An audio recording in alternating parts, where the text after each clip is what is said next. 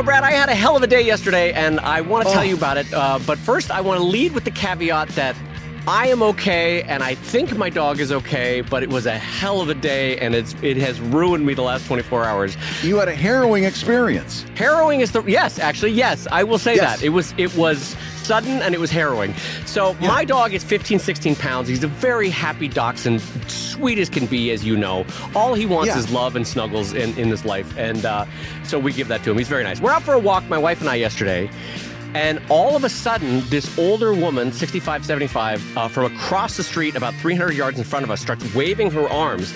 And I think she's saying, look out, there's radon. And I was like, why is she warning me about radon? You know, the gas? Radon?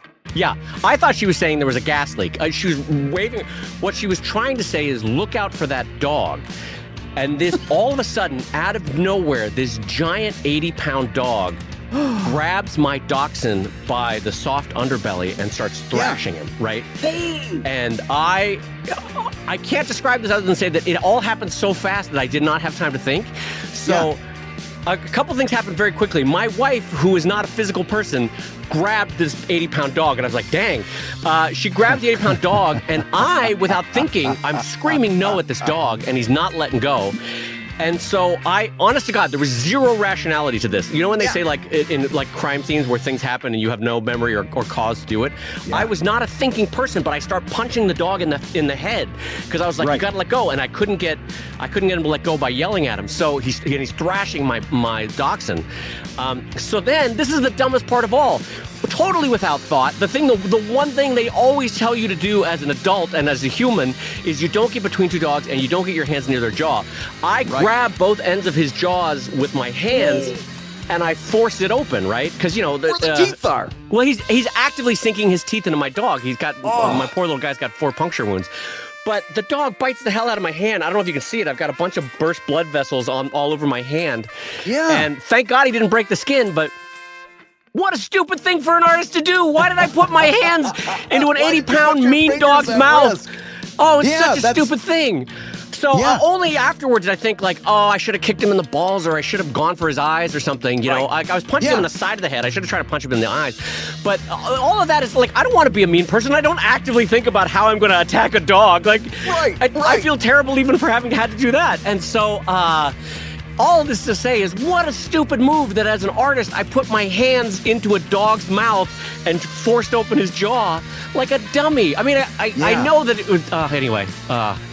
You know, as a parent, you get this. There are moments where you do things as a parent where you all of a sudden can lift a car to save your kid. You know, you're like, you'll throw your own back out to move an object or something. But anyway, I had no time to think. It surprised the hell out of me because the first thing is a 75-year-old woman yelling at me from across the street like, look out for the radon. And as I'm processing, why is she yelling me about radon? And then all of a sudden, a dog is on my dog. And boy, what a day. So it was a whole day at the emergency hospital where he's getting little stitches and getting a little cone on and all that sort of stuff. And poor dude. Now, do you recognize this dog? Do you know who the dog belongs to? No, we've never seen him before. It apparently is. It apparently is kept in the yard. Oh man, I had a lot of choice words for the guy afterward. But anyway. Oh, so you did talk to the owner? I talked to the owner because I wanted to make sure that the dog was up on all his shots and had rabies and everything before I took him to the vet. Yeah. Anyway, all this to say, Brad, is like I put my artist's hands into a dog's mouth. And listen, I paid the price. It's gonna be painful to draw today with this son of a bitch. But like, thankfully, he didn't pierce the skin or hurt any tendons of my drawing hand.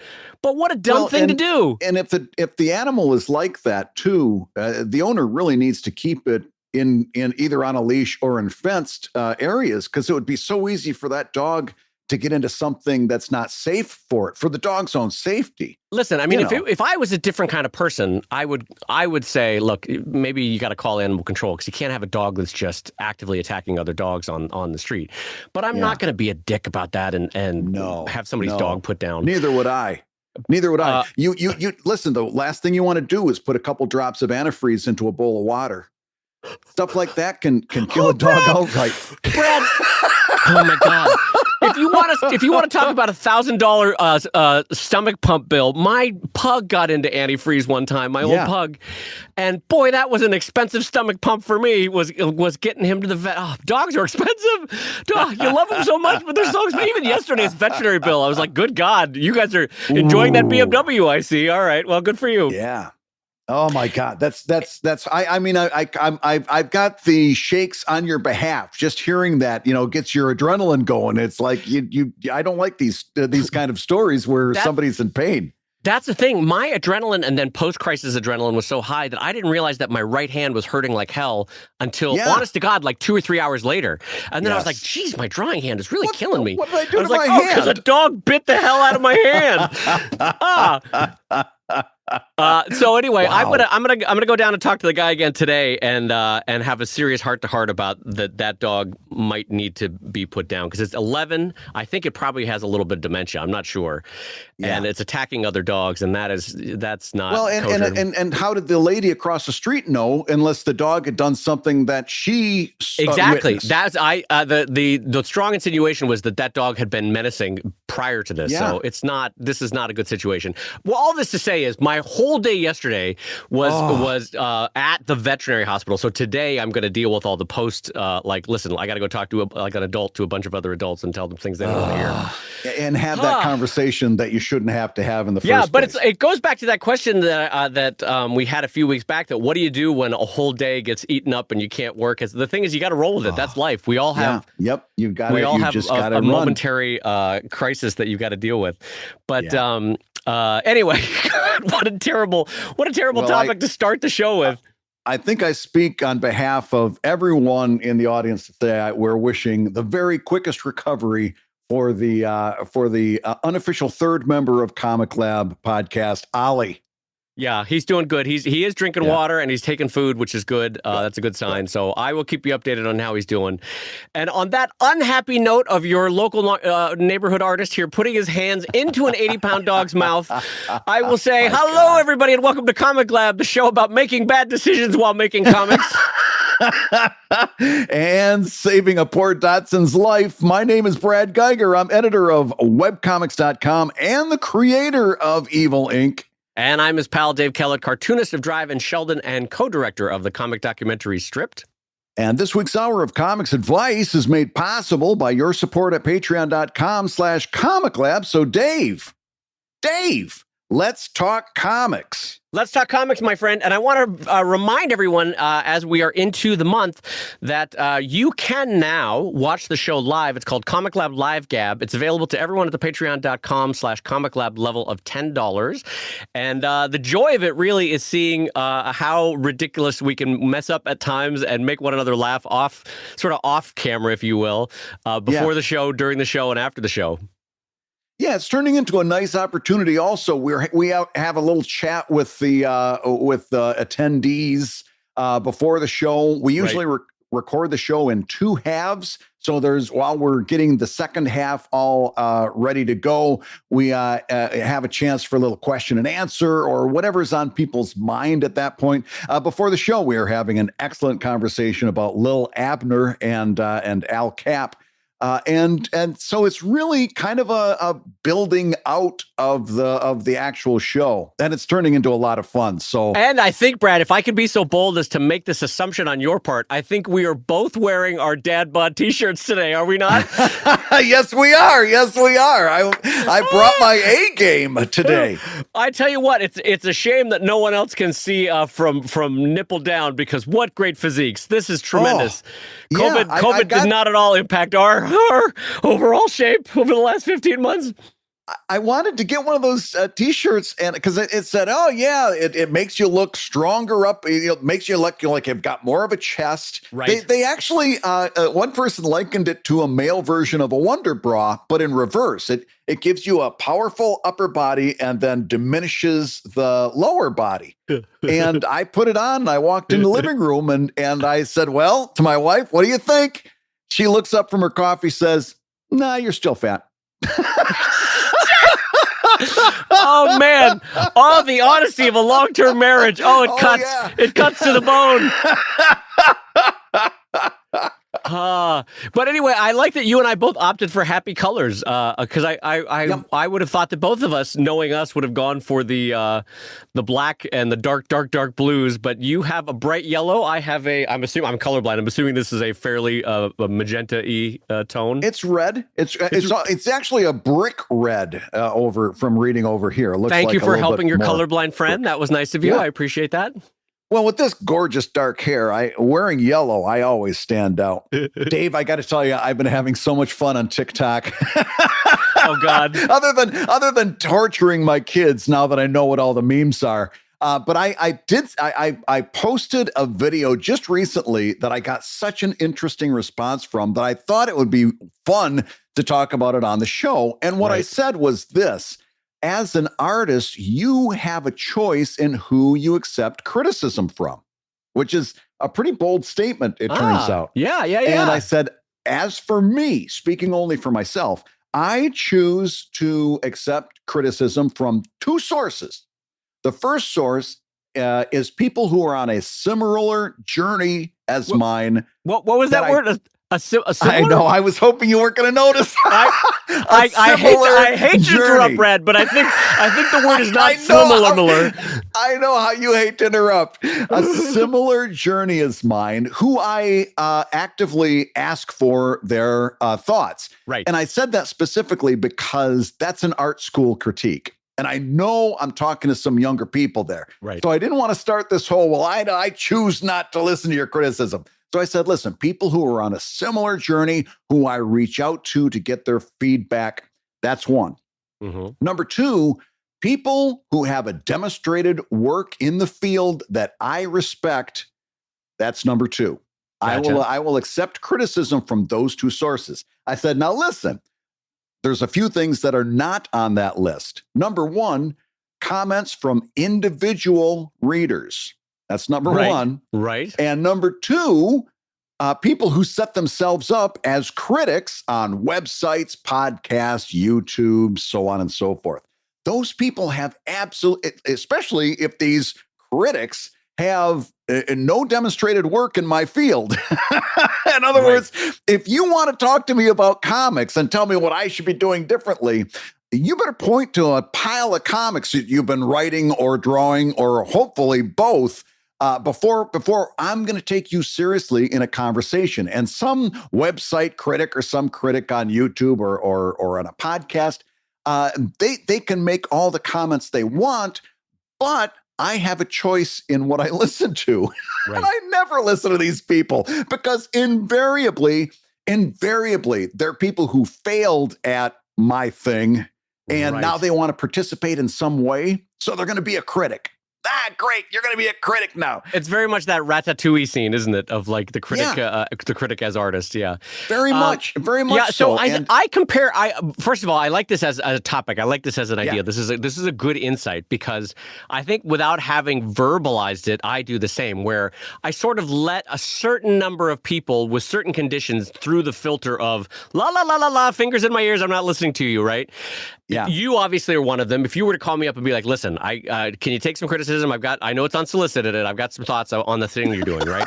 And of course I would say, no, all joking aside, I would say, you know what? Yes, I would like to hear from Brad Geiger. But if a reader sends me a 12-paragraph email about what I'm doing wrong, I, like to Brad's point, unless I'm seeing I don't know how to say it other than a wave of very similarly themed emails of Dave, you have done this thing wrong, or Dave, this approach is wrong. I will go, okay, that's one note. That's one note in a symphony, and the rest of the symphony is not there. So I'm just going to acknowledge that note and move it past, that kind of thing. Right. So, but I will say this though, I equate this line of thinking about criticism a little bit like friendships. Mm-hmm. And here's what I mean. I think one of the reasons why people progressively get happier in their 30s and 40s and 50s and 60s is not, first, they get more accepting of themselves, which is good. But also, I noticed a great winnowing in my 20s and then again in my 30s of quote unquote friends that did not make me happy, made me make bad decisions, or they themselves continually embroiled me in drama that I did not want to be embroiled in. And so you sort of winnow out of like, you do not, it's sort of a self-respect thing. You do not make my life better. You know, you do not, you are a net drain on my energy. You are a net a reducer of joy, a reducer of positivity, a reducer of optimism. And all of that sounds cold and calculating. What I'm saying is you actually get to the friends like Brad, who I come away from this hour, Brad, even though I'm having a bad asthma morning and my dog got attacked yesterday, I'm going to come after this hour with a net plus energy than I had going in, because I love your positivity. I love your energy. I love what you contribute to me in my life. I'm saying this as a friend, but I'm also saying like that's also what criticism should be. Criticism should want the best for you, not wanting just to tear you down, but want to genuinely see you improve. And so that's why I think in part we limit it to certain kind of peers, certain kind of, specific people who have done the work, I guess is one way of saying it. Yes. And so we let those in. Keep going. Now, I got off a little bit on your topic, so keep going. Just to go back and put a capper on your note versus symphony, it's a variation of Geiger's law of reader interaction. Never listen to a reader, always listen to your readers, right? Yeah. If I get the same kind of feedback from a number of readers, well, then I'd be silly to not listen to it, right? Right. Now I'm hearing a pattern, and if you want to succeed in doing something that has a transaction variant to it, like doing a comics business, then you need to pay attention to patterns, right? So there's that. But here's the interesting thing. We're all on the same page here. But this was one of the few TikToks that I've done that got the most pushback. And I got a lot of people telling me that I was wrong for saying that, and I'm wondering if you could guess what each one of those persons had in common. Can I ask you? Wait, so this is about the TikTok specifically saying about criticism and about specific critics, right? So specifically what I said was, before you criticize me, you got to take the time to learn about what I'm doing. You have to take some time to educate yourself. Yeah. And then I'll take a criticism, but you just can't come in with your, I don't know art, but I know what I like, and give me criticism. There was a big pushback on that specific point, and each of these people had something in common. Would you like to guess? Can I take a stab at it that they were all bloggers / critics on their own right? Or is that? Well, one of them I did follow up was clearly that, but there was another thing. They were all people that looked just like you and me. They were all white people presenting mail. Okay, and each one of them had a real problem with my telling them that their opinion, just because they had an opinion, wasn't valuable to me until they took the term to learn about what I was doing. Right. Okay. And a lot of them, 2 of them actually used the same example. And that was, are you telling me I can't go into a restaurant and tell them that the food's too salty? Well, and of course, I never respond to this stuff because that's dopey. But the answer to the question is, of course you can. Of course you can say my food's too salty. By the way, it's the difference between a service industry like a restaurant and something that we're building like a comic business. Right. But that's okay. I'll allow you the straw man. Of course, you can go in and say that your food's too salty. And I'll even go this far.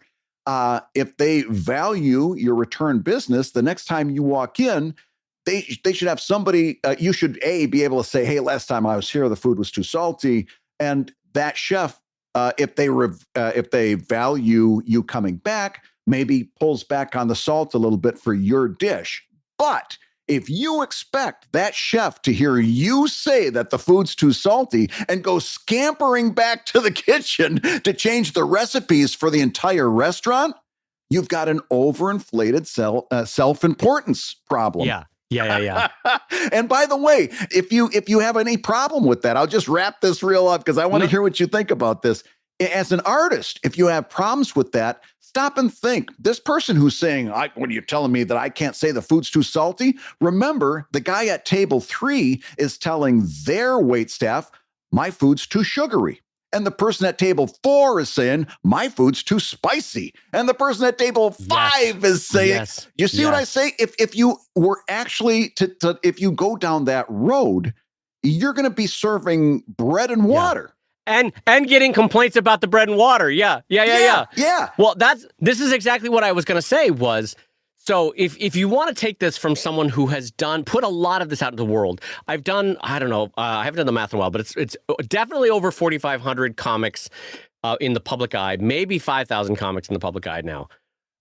And I will self-admit that I, for the most part, keep it G and PG, right? And it's pretty much family fare, especially for those that know Sheldon, right? Yeah. And yet, I get emails complaining about this or that, and how dare you attack, I don't know, Nero. Nero was a great emperor, and how, like, no matter what the topic is, someone has a complaint about that, you know? And the thing is, if I listen to that, if I course correct to that, I am constantly shifting to the wind. Whereas the better thing is to know who you are, know what you want to say, be confident in what you want to say, and then also have the confidence to stand your ground by saying, like, no, that's what I want. That is exactly what I wanted to say. Now, that's not narcissism of never changing the path. As Brad said, listen to your readers, listen to your trusted critics, listen to your own ethical and moral center, where you have to be able to say, oh, I went wrong there, or oh, this was a misstep, because we've all had those too. But what I'm saying is, on a day-to-day basis, if you allow the crowd, meaning individuals in the crowd, to make your decisions for you, you will be ever shifting, will not find your voice, and frankly, please no one. That's another part of the problem. Yeah. You're going to be chasing your tail the whole time. Chasing your tail. Exactly. Part of how you get better is by developing a discernment of who you're going to listen to. A discernment. A discernment. You got to have a discerning quality. And I like how you added. By the way, go ahead. Keep going. No. I was going to say you added a lovely E in there, like it was tournament. Discernment. That was great. So here's the thing. So as Dave rightly points out, sometimes you might hear something and it'll be, well, I don't want to listen to that. Again, like I said at the beginning, at the very top, you have a choice on what you listen to. Sometimes part of the whole back and forth on this is sometimes you will hear something that turned out to be good advice that you decided not to take, whether it was from an individual reader or a critic or a peer or a professional. No matter what, sometimes you'll get valid criticism or invalid criticism that you wish you would have taken 10 years down the road. I can absolutely point to a number of criticisms that 10 years later, I wished I would have listened to. Okay. And I'll say that to my wife, and I'll say, I wish I could go back and just listen to that criticism and change what I did. Right. I could have gotten things in line a lot more sooner. And my wife always says the same thing. You couldn't have done it. If you could go back in time, it would be easier for us to try to build a time machine than it would to change a younger Brad Geiger's mind about what he was doing at that time. Yeah. The time machine is the easier task to accomplish. You could go back in time and talk to that earlier version of yourself. You'd never be able to convince him. No. And part of that is sometimes there's certain things I'm convinced you just need to learn on your own. Yeah. The younger Brad Geiger honestly would look at you and go, sit down before you fall down, old man. I don't need to listen to you. I'm living my own life. Yes, he would. Absolutely. Yeah. I think about that all the time when I'm giving younger people advice. It's like, would a young Brad Geiger listen to this? I would hope so. No. I would really hope so, but I wouldn't bet money on it. Yeah, but frankly, it's like touching a hot stove. Sometimes you need the stronger lesson of having made the mistake and having. Yeah, but anyway, what's interesting too is this is a clarification on another point too, is that you can have a friend that you trust. You trust both the body of work that they produced. You trust the insight, you trust their goodwill towards you and your work, right?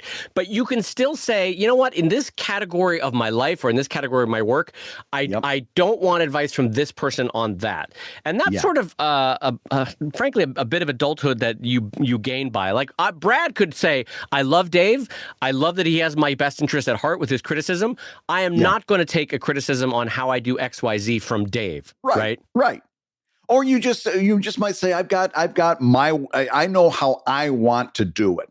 Right. You know, we both do that when we do a writer's room. You know, we come up with what we end the show and it's like, I've got a perfect picture in my mind, or you've got a perfect picture in your mind. And then what ends up coming out, it might be different on 1,000 little itty bitty points. But at the end of the day, you've got to be your own person. You know, you've got to do this because that's why you're successful.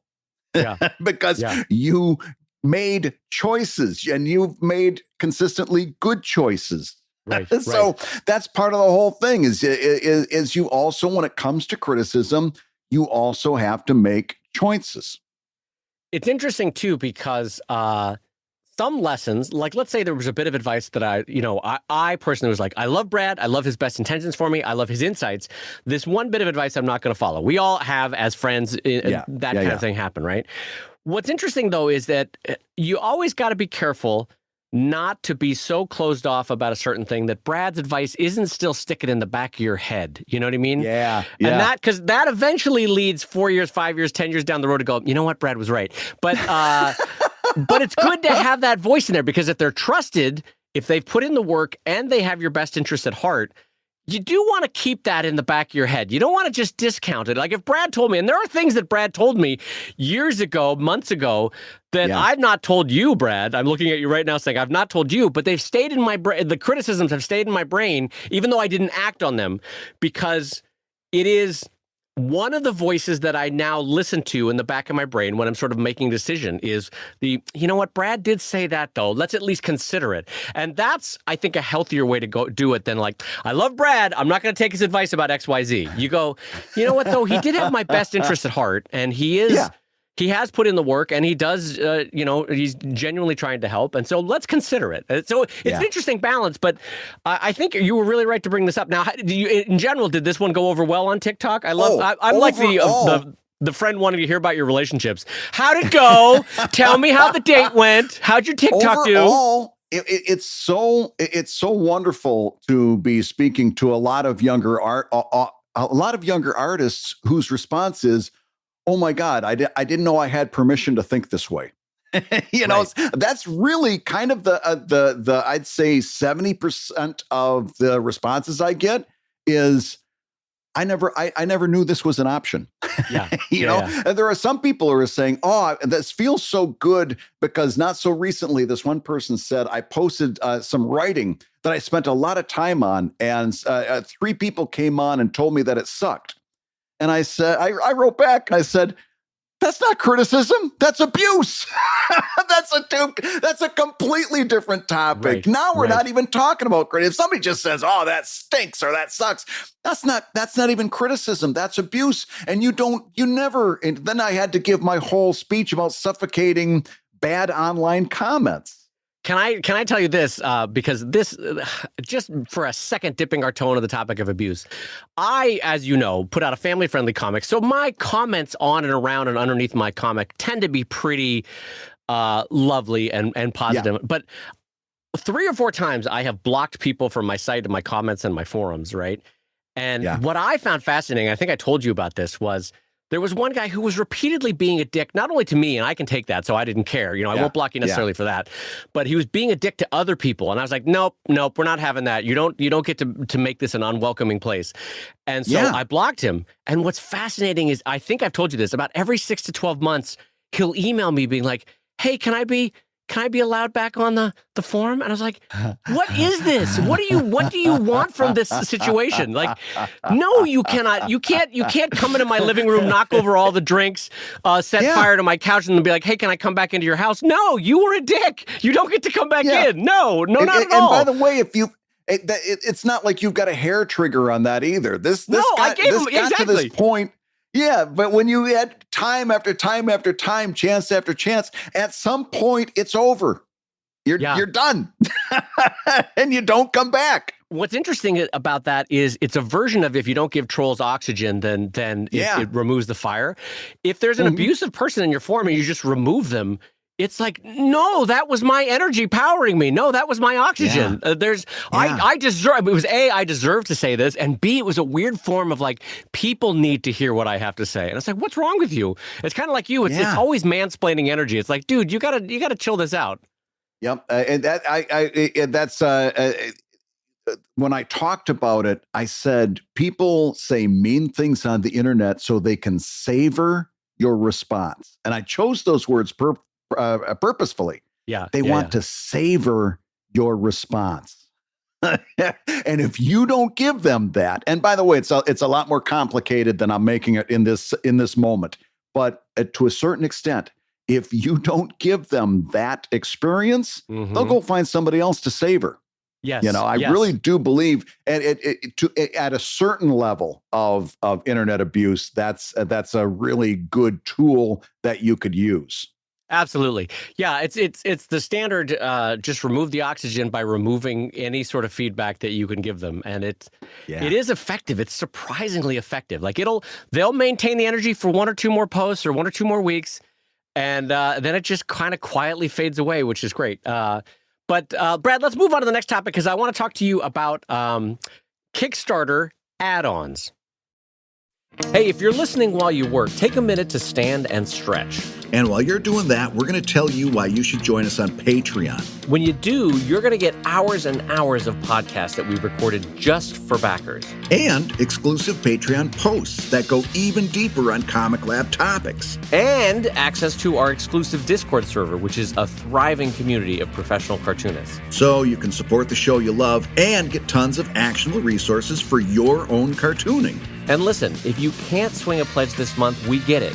No worries. Yeah, listen, you can still support the show by rating us wherever you get your podcasts. Just leave a 5-star review and a few kind words. That, along with mentions on social media, is incredibly helpful. Now, everybody, let's talk comics. So Kickstarter has taken a little bit of a page from BackerKit in that now when you start or structure a campaign, you can say, hey, everybody, it's me, Brad Geiger, everybody's pal. I'm kickstarting a new Evil Ink book. Oh, okay, you want to get the $30 book or do you want to get the $40 hardcover? Okay, great. You're all set. Oh, wait a minute. As you're checking out and about to give us your credit card information, would you like an add-on? And now people can add on all sorts of things. So Beth and I are in the process of structuring my next Drive Kickstarter, which should happen somewhere, I think, in June, July, something like that. And I wanted to talk to you about it because we are coming up against an interesting logistical wrinkle that is not easily solved, but I think you and I with conversation can work our way around it. So here's the problem. So Kickstarter can allow you to put anything as an add-on. You can put Evil Ink stickers, Evil Ink credit magnets, Evil Ink books, Evil Ink tote bags, whatever Brad Geiger wants to add on, right? But it doesn't account for shipping as an additional cost to whatever those things go into the cart. So a lot of people are doing the method of like, much like BackerKit, it's like you will pay for the shipping all at the end. I have to tell you, part of my own personal guilt, I can't sell to someone on an international level and then say, and good luck, because you're about to get hit with a $60 unexpected bill. You know, that kind of thing. I can't do it. I can't be that guy. Like, I'm not as worried about sending to any U.S. destination because if it's $4 to ship you the book or $5 to ship you the book, whatever it is, I feel okay if I have to then either eat the cost by adding in magnets, postcards for a couple extra cents, right? That's not a big deal. Or I would have to somehow maybe add on $1 or $2. But if you kickstart an Evil Ink book and get one book, and then in the add-ons you add on a second hardcover, that can add on $20, $30, $40 shipping to Australia or New Zealand or Taiwan. Yes, that's not cool. And I don't know how to process that, you know, as far as planning. So now let me ask you this. In BackerKit, when you set up the add-ons, you set up a, you give each of them a weight.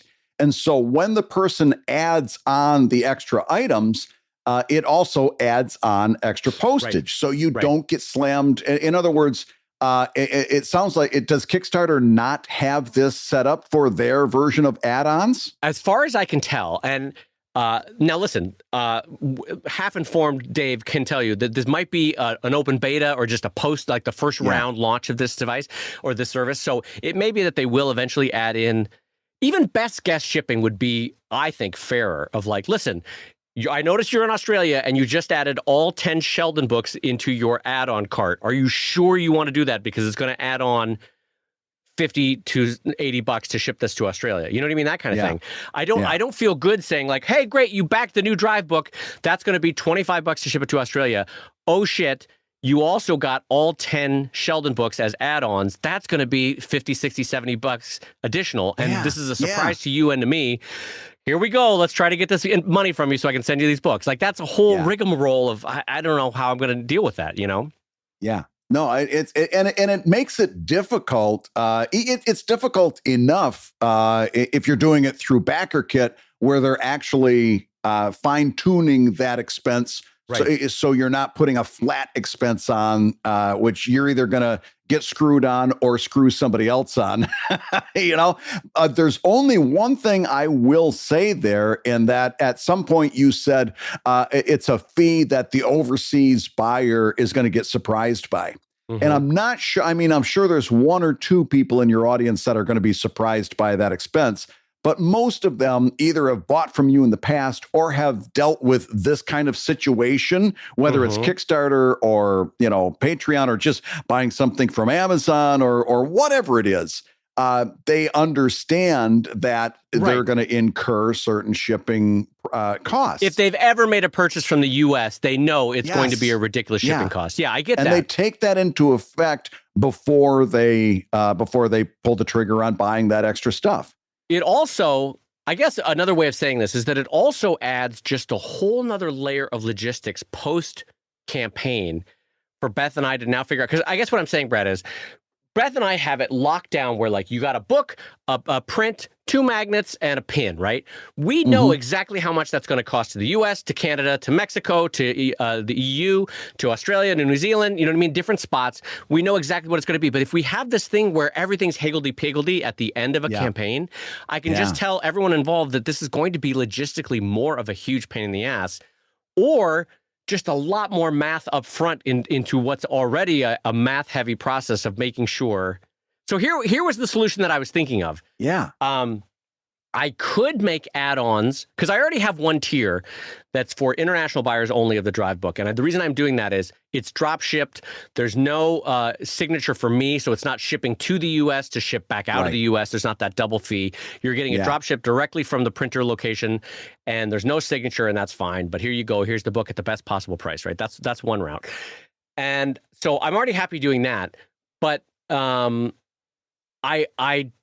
think that it might be the case that maybe I limit all the add-ons to say, like, hey, Canadians, hey, Europeans, hey, everyone in Oceania, I don't know that you want to do this because it's going to be a lot of surprising shipping costs.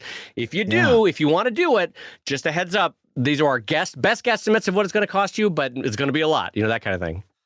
So here's my only question. Why are you if you're going to go through all of this, why not set it up through BackerKit in the first place, where you can fine-tune? There will be no guesstimates on BackerKit. It'll be, this is what the shipping is, and they'll charge them in the moment. They can make the decision, yay or nay. If you're going to go through all this in the first place, why not just do it? And I know I'll be the first one to say it's the first thing that it's the reason I drag my feet every time I start a Kickstarter, because setting up the BackerKit is a bit of a drudgery. But I'm telling you, like, I think my last one, I made an extra $6,000 on just on add-ons through BackerKit. So I can't not do it. But if you're going to go through all this in the first place, why not do it through a system that you're not going to have to guesstimate shipping? I'm very glad you asked that. Yeah. Beth and I have done a lot of math around BackerKit, and there's 2 fees that BackerKit charges. One is, and I didn't anticipate you asking this question, so I don't have the specific numbers, but here we go. They have a set percentage of your overall Kickstarter total that they charge you right off the top, right? So if you have a Kickstarter and it made $1,000, they're going to take a percentage of that $1,000. And then there's a percentage of every add-on that you put into the backer kit cart, right? The problem is with the drive book, that drive book is going to kickstart at 125,000, 130,000. That's a big ass chunk of just a solid percentage immediately going to Kickstarter, right? Yeah. And in addition, so like I guess what I'm saying is we've done all the math and it doesn't really add up. It's like all this effort, all this Durm and Strang or Strang and Durng, I always get that German phrase wrong. All this boom and kaba, and then I've ended up making $1,000 extra from backer kit. I'm not kidding. I did a lot of the math around it, and it just, for me, it doesn't add up with a drive book. I'd rather own and control that system, make a little bit less in terms of add-ons, but have way more profit right off the bat because they're not taking from my gross, you know? So there's that. Okay, so anyway, but here are some of the solutions that Beth and I came up with for add-ons. One is you just say add-ons are only for Americans for all the reasons of shipping. We are going to eat the extra shipping costs, but the profits will make up for it. So this is all fine. It's all water under the bridge. Go ahead, Americans, add on whatever you want. Or we can do this where we could say ebooks, everybody can go to town on ebooks. That's no problem at all. Flat items, prints, postcards, magnets, anything that can flat pack with your book that you're already getting, that can be also for international. Who cares? I'll eat the cost on that, right? Right. Or I'll add on I'll build in some buffer for that item, right? Yeah. And then I could add commissions on there because I will happily eat the costs of shipping internationally for a $200, $300, $400 commission, or original art for the same reasons. I will happily eat the cost of shipping internationally for a $200, $300, $400 original art piece. So that's what I was thinking. What are your thoughts about that? I wanted to run this by you. No, I think, especially because it's not a big deal to eat that cost on an international package because you're not doing media mail in the first place. And anything that and it was going to have to be shipped separately anyway, you know? Yeah. And it's not going to add that much weight. So I think that's a very smart way to do it. And to just say right up front, listen, the books are not on the table for international shipping, especially those drive books, because they're huge. Yeah, they're like 3.5 pounds. These are thick books, so you could go into the hole very, very quickly shipping those internationally. Right. And so let me ask you this, and this is a tangent. This is not what you came here to talk about today, but it's actually the most interesting thing from my own personal standpoint. How did you set up the drop shipping? I have it's not the printer, but it's literally trucked away. So I send 90% of the books to me, right? And then I ship about 10% to a fulfillment center, which is right across town. So it trucks across town, and that's a version of the book. And anyway, that fulfillment center has drop shipping coordinated around the world. So they handle it. It's someone that I've contracted with. I actually like them, and it seems to do a pretty good job of getting 95% of the packages there. There's always a wrinkle for whatever reason. Italy always gets lost. I don't know what it is with Italian mail. So what do? You just send them a spreadsheet of orders, and they just pack them and ship them? That's exactly what they do. Yep. I set a spreadsheet. Wow, and that's cool. And some countries require very specific bits of detail. I want to say like Belarus or something. You have to give a bunch of contact information for the backer, which is fine because you collect it. But there's one Eastern European country that requires an ungodly amount of contact information for the receiver. And I wonder if that's because they've just had a history of package theft that they're like, we're going to get a bunch of contact information. Yeah. All this to say is I think it's a net positive that Kickstarter is working in this add-on feature into Kickstarter. Yes. It's one of those things where they might end up eating backer kit's lunch because why would you do backer kit? Unless backer kit can offer this functionality like you have enjoyed. I don't particularly enjoy it, but you have enjoyed it, and a lot of people have. So we'll see how it goes. It's just interesting to see. I wish there was a weight-based and dimension-based way to say, look, this is not the final number, but even if I could get close to charging someone from Australia at the point of the pledge for what that add-on would cost me, I would feel so much better as a person than, hope you like what you're going to get charged 2 months from now, you know? No, that's absolutely true. And the whole idea of the add-on is gonna improve Kickstarter overall, because so many of us doing Kickstarters, until we started figuring out how to do add-ons, whether it was through BackerKit or whatever, had to come up with all of these tiers that tried to anticipate all the stuff from our back catalog that you might want. And it got very, very complicated very fast. So now as soon as I started using BackerKit and you with using Kickstarter add-ons, now you can have a nice streamlined tier list where it's like, here's what you get, here's what you get, here's what you get. Now, take a look over there. That's my entire library. You can add, certain things on at your whim, and it makes it so much better. And by the way, I see this happen all the time. They pledge for the tier on, in May, and then later on when you're getting ready to get their address information, you send that out in June, and it's like that's where BackerKit is pretty brilliant. They go, by the way, one last chance. You want to add anything on? Right. There's a whole wave of more add-ons at that point because it's like, I've already spent my money. I've got money to spend this month, and you get a little wave at that point.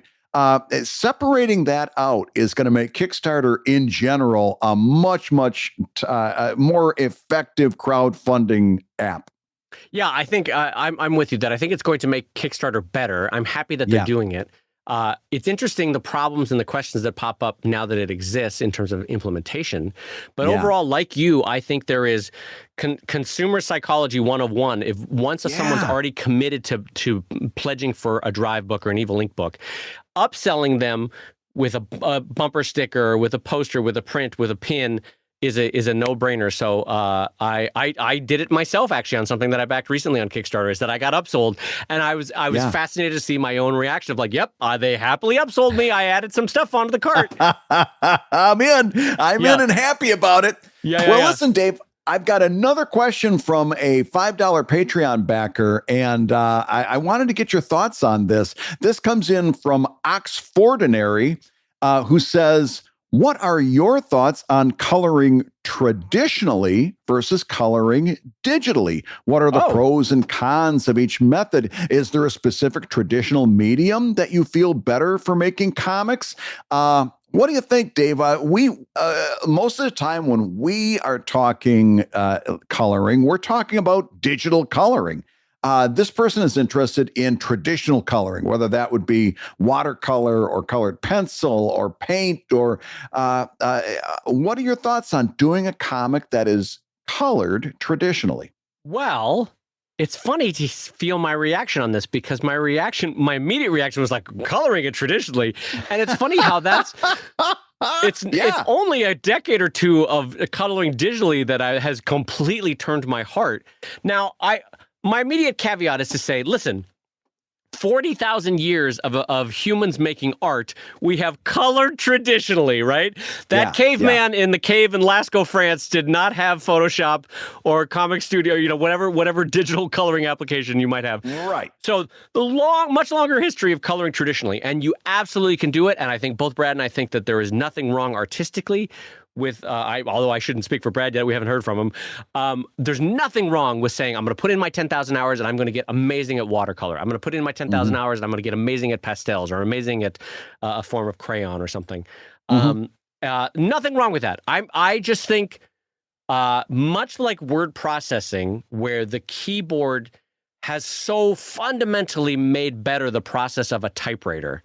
And I don't know if there's anybody in our audience that remembers using a typewriter, but there was such frustration when you had a page 90% done and it was looking perfect, and then you just fucked up at the last. It's so messed up at the end, and you're like, God, all of this work, all this typing is just ruined by this last line of type. And like, I wish I could move this entire paragraph up here. Everything that word processing can do is just better on a digital format than it was in writing. Now, all that being said, there are of course still novelists that still write with a typewriter. Some with a very specific typewriter that they haven't changed. So yes, I think you can absolutely, nothing wrong with it. 100% you go work traditionally. I just think for all the reasons similar to word processing, coloring digitally in terms of the minor adjustments in hue and tone and value, the moving around, the experimentation, and then the taking back of experimentation and trying a different way, all of that is possible with digital that you can't get in traditional. Brad, what are your thoughts? Yeah, well, so here's the deal. I've got no problem aesthetically between the idea of traditional coloring and digital coloring. The problem is, it is going to come up when you finally go to print those. Yes. And because comics have black lines and words that are printed in black ink, the problem that you may get, and I'm underlining may, is when you go to print those, because since you're doing this as a traditional situation, you're going to have one chance to scan that in. The black is going to show up on all 4 plates: cyan, magenta, yellow, and black. And that means that there's a certain amount of chance that your final image is going to be printed out of register. That means when one of the inks is a little bit off position, and that's going to make your lines and your words a little bit blurry. Now, having said that, today, first of all, you're talking to a person that learned printing in newspapers, where they were printing these things, overnight on terrible paper, on machines that were running way faster than they probably should have been running. And being out of register was very common. Yes. Okay. Yeah. So after 20 years in the newspaper industry, the worries about registration have been firmly concreted into my brain. I can't not worry about it. Today's printing presses, particularly on a book project, the chances of you being out of register on a book are much smaller than they were in newspapers. This is and chances are it's going to be out of register to the point that only you and a couple people like me who are obsessed about it would even notice. Your fans are probably not going to notice. So should this keep you up at night? No, I don't think it should. It's something that you should be aware of, but it's going to make certain things like registration and trapping. And I got to take a quick pause here and mention Kevin McShane, our friend, Dave, wrote in with a question about trapping.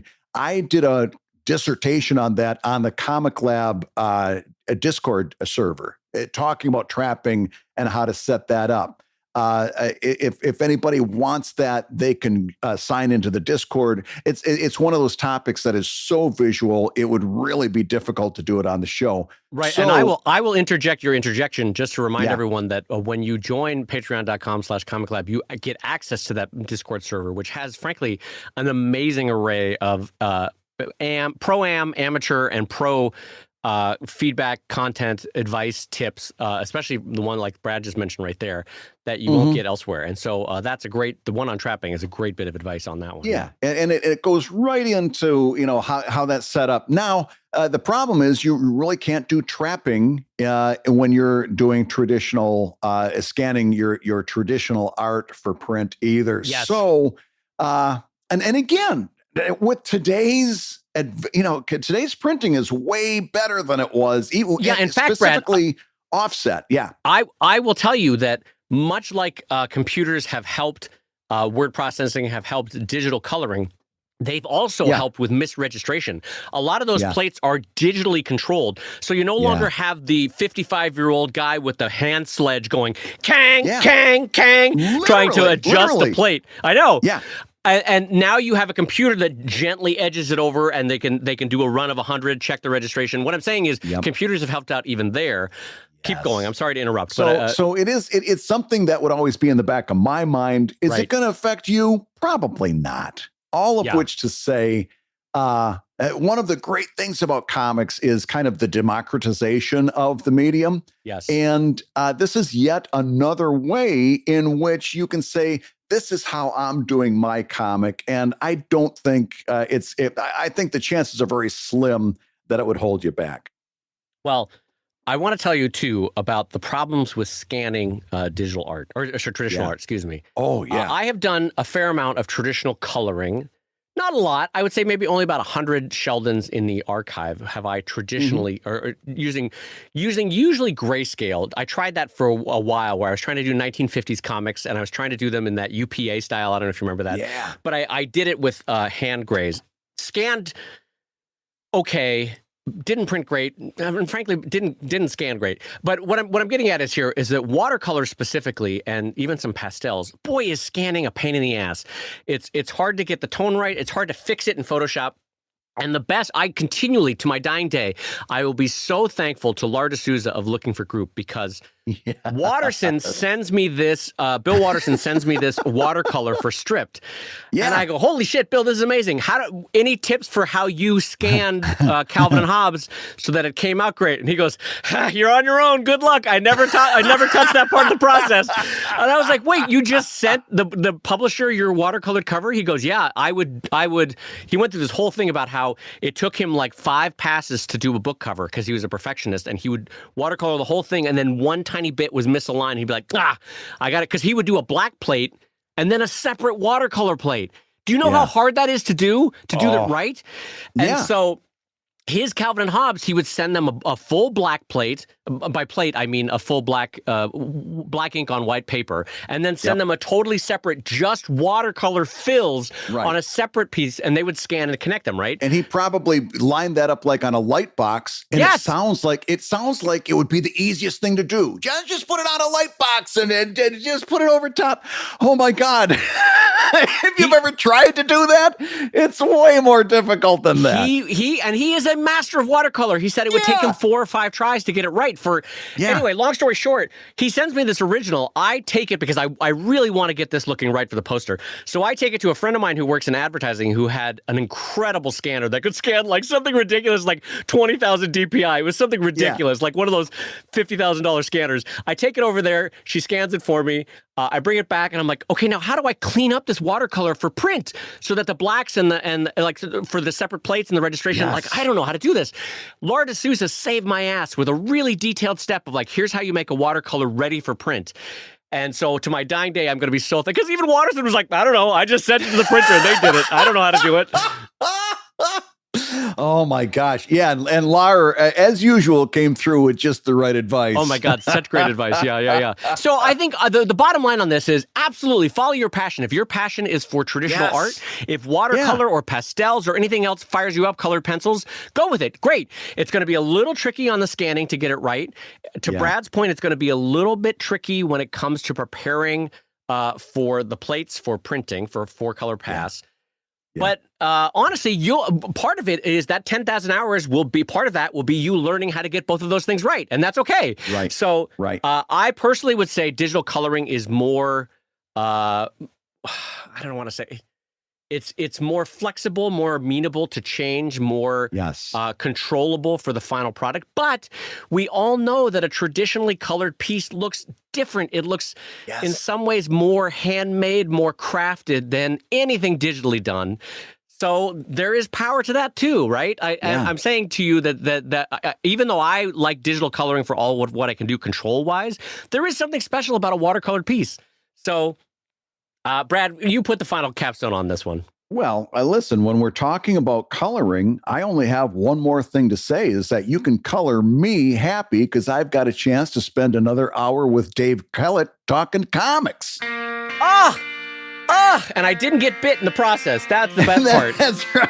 For my 24 hours, that's the best part of the... Well, you know my bark is much worse, but you've been listening to ComicLab, the show about making comics and making a living from comics. Your hosts have been my good friend Brad Geiger, the editor of webcomics.com and the creator of Evil Inc. at evil-comic.com. And my friend Dave Kellett, the co-director of the comics documentary Stripped and the cartoonist of Sheldon at sheldoncomics.com and Drive at drivecomic.com. And just a reminder, you can watch the show weekly as we record it live and chime in with everybody else and join the group over at patreon.com/ComicLab. At the $10 level, it is ComicLab Live Gab. And the ComicLab theme song is used with permission from Andy Creighton at theworldrecord.net. And this episode and all episodes was edited by Matt Woodard of Woodsong Productions over at www.woodsong.media. If you love ComicLab, you can rate and review the show on Apple Podcasts, and you may hear your review featured on a future episode. And ComicLab is made possible by your support on patreon.com/ComicLab. So we'll go ahead and say that twice. Patreon.com/ComicLab.